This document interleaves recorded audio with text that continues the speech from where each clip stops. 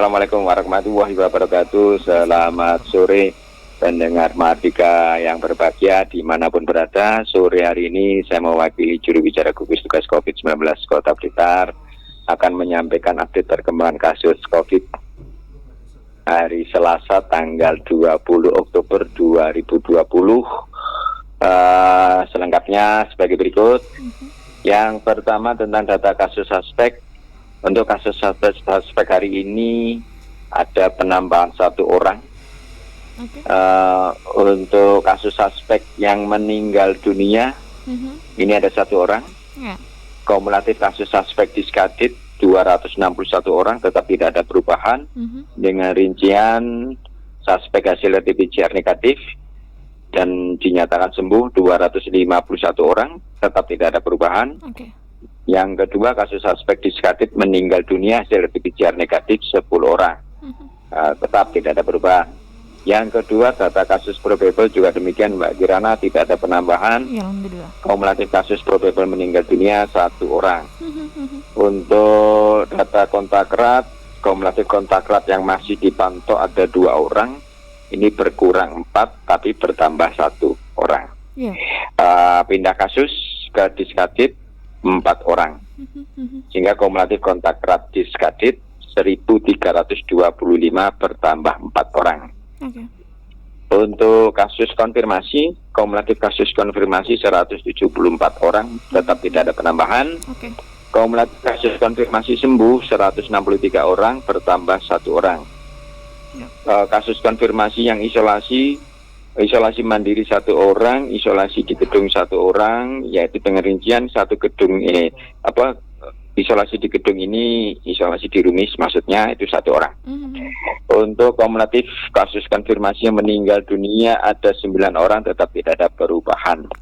Yang kami jelaskan nanti ini ya berkaitan dengan data 1 penambahan 1 kasus suspek ini, pengembangan kasus ya. Itu seorang bayi laki-laki usia 5 hari dari Kelurahan Sukorejo.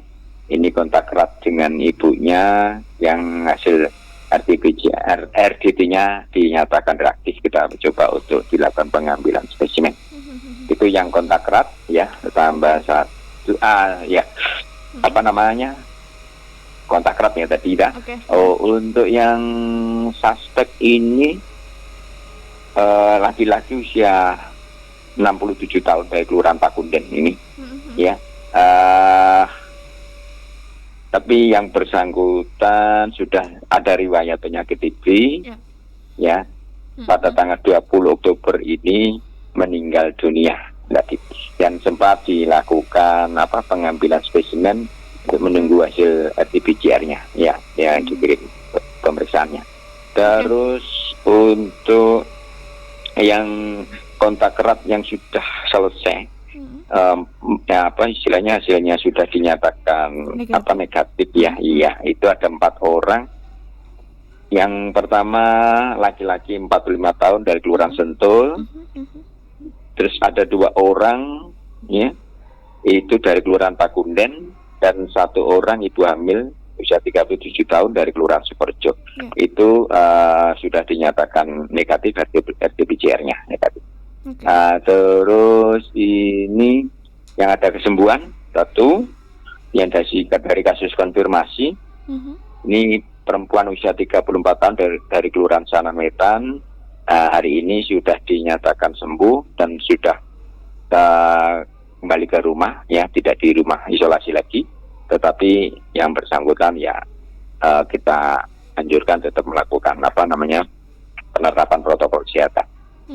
Itu Mbak Kirana mungkin yang bisa kami sampaikan informasi sore ini. Ya Pak Didi, ini terkait dengan kontak erat yang melibatkan laki-laki berusia 5 hari ya, bayi ya, berarti masih balita ya. Iya betul.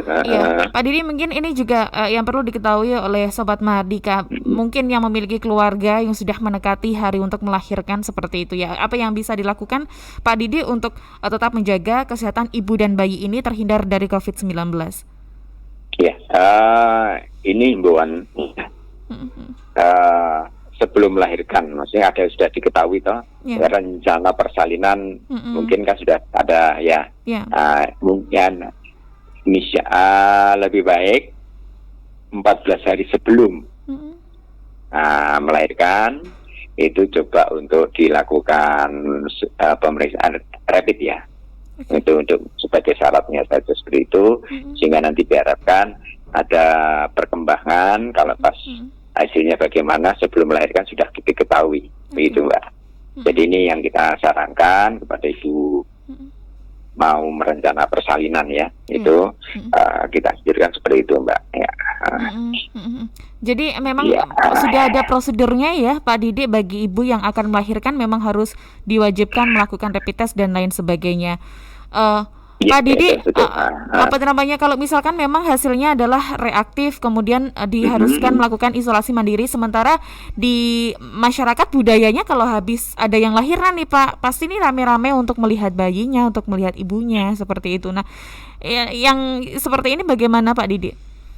Ya, artinya begini Mbak, kita yang sudah sampaikan protokol kesehatan, sepanjang misalnya yang masih dalam proses persalinan, maksudnya masih mau melahirkan ya, itu kan disarankan untuk melakukan rapid ya. Kalau hasilnya reaktif tentunya kita juga akan pengelolaannya sama dengan yang lain ya, ya diambil pengambilan spesimen dan nanti hasilnya bagaimana melihat perkembangan itu. Kalau seandainya dinyatakan positif ya tentunya kita kelola dengan persalinan sesuai protokol ya, protokol COVID ya. Nah tentunya setelah itu diharapkan sih setelah pulang, maksudnya biasanya kan ada berkunjung nggak begitu ya. Ya kita sarankan janganlah seperti itu ya.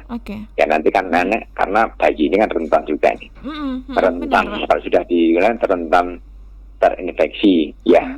Dari ya kita juga nggak ngerti juga dari berbagai orang yang datang ke sana nanti bagaimana status kesehatannya. Nah itu kan juga lebih baik ucapan selamat nggak usah datang, tetapi cukup mungkin pakai WA atau bagaimana. Nah itu ya seperti itu ya. Harapannya kita seperti itu ya Mbak Kirana. Ya, kalaupun ada kenduri, kalau ada kenduri pun ya nggak usah diantar aja gitu. Oke.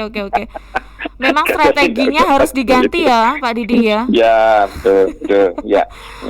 Karena budaya seperti ini masih sangat melekat loh Pak di daerah kita kan ya Pak Didi.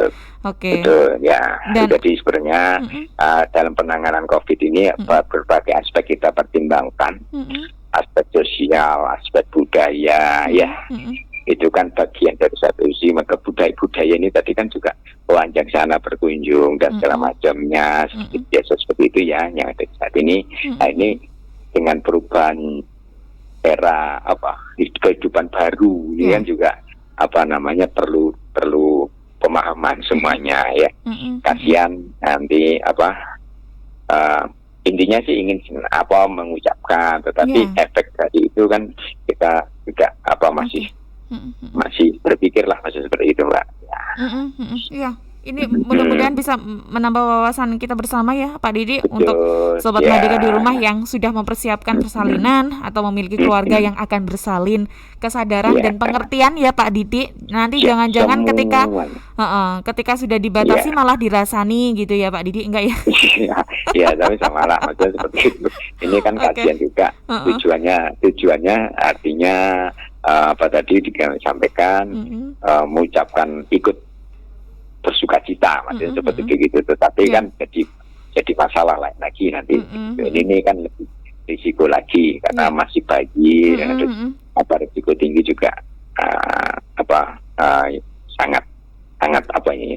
sangat berbahaya lah kondisi seperti ini Mbak. Iya betul. Siap ya, terima kasih Pak Didi informasinya, insya Allah bermanfaat untuk Sobat Merdeka yang sekarang menyimak kita. Terima kasih sekali untuk waktunya Pak Didi. Monggo dilanjutkan lagi aktivitasnya. Ya, assalamualaikum, selamat sore.